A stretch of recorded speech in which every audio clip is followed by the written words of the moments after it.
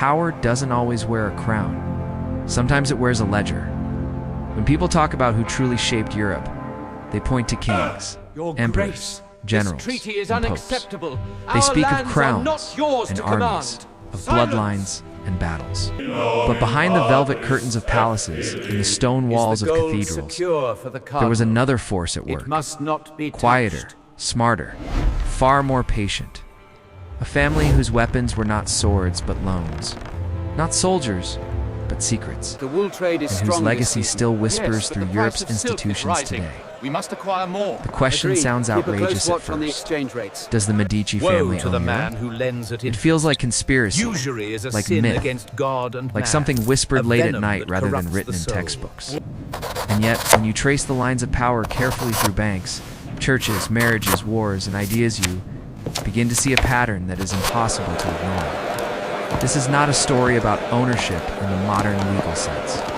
This is a story about influence so deep, so foundational, that Europe itself was reshaped around it. To understand how this happened, we have to return to a world that feels distant, but isn't. A world where money was dangerous, faith was political, and knowledge itself could get you killed.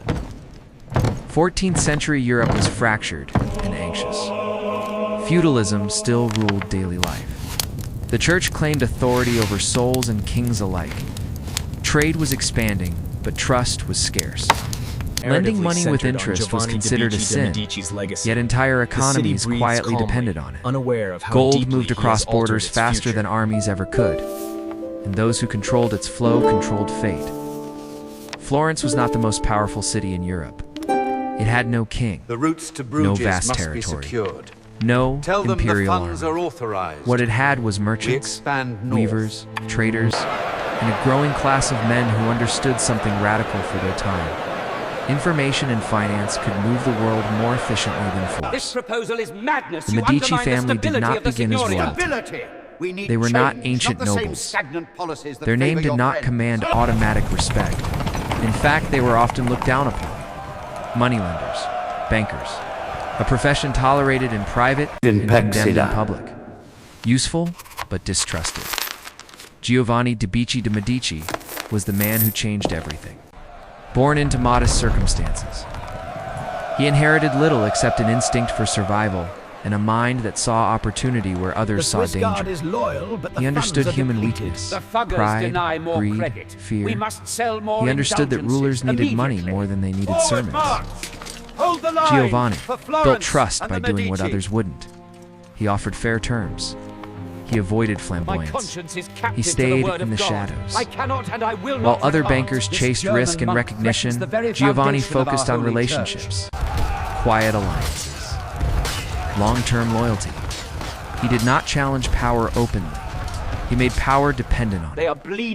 The turning point came when the Medici Bank became the financial backbone of the Catholic Church. Handling PayPal finances was not just profitable, it was transformative. Suddenly, the Medici were no longer just bankers.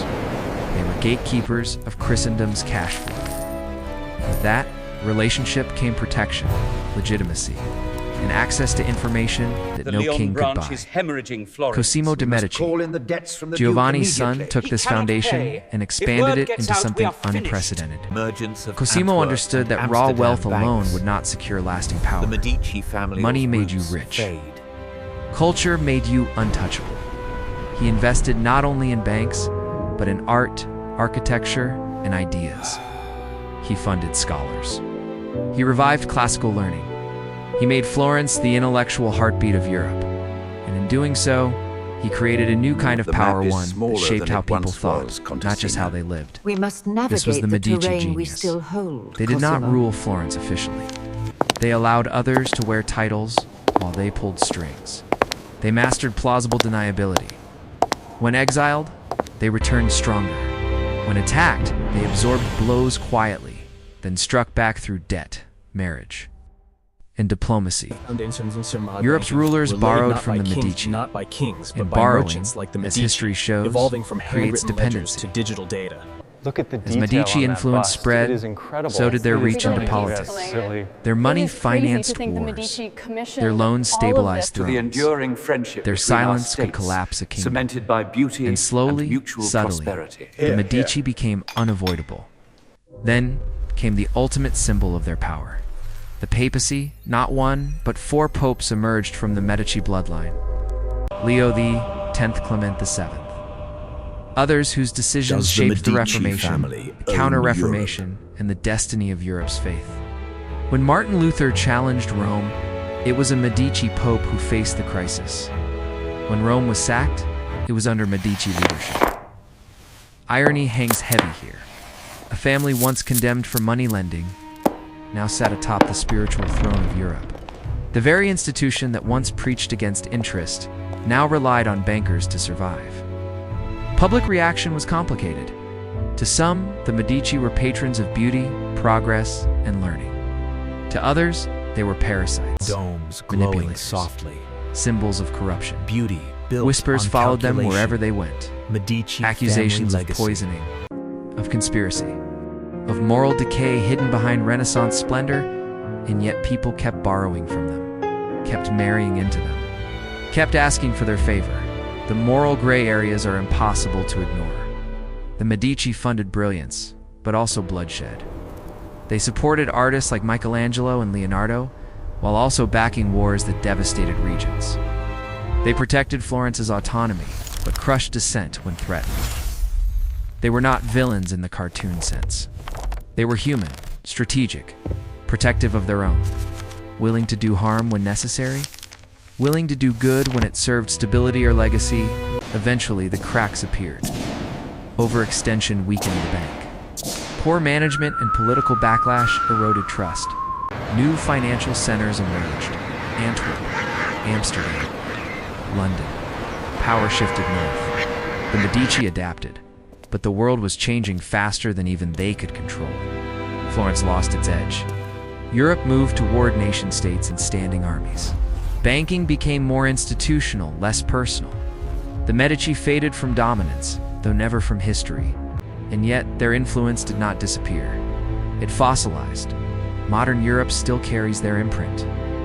Central banking systems, diplomatic finance, the idea that culture can legitimize power, that soft influence can outlast hard force. Museums, universities, churches, political norms, shaped during their reigns, still frame how Europe understands authority. So do the Medici own Europe, not in deeds or titles, but in architecture of power, in the rules of the game, in the understanding that money and ideas together can shape civilizations more effectively than conquest ever could. Their story forces an uncomfortable realization. Power is rarely seized. It is invited. Loan by loan, favor by favor, until dependence becomes destiny. The camera pulls back from Florence's skyline. Domes and towers glowing in soft light, beauty built on calculation, harmony born from leverage, and the final thought settles in, heavy and quiet. Empires fall, names fade, but systems endure. And the most powerful families in history are not remembered for what they ruled, for how they taught the world to be ruled. Sometimes the people who change everything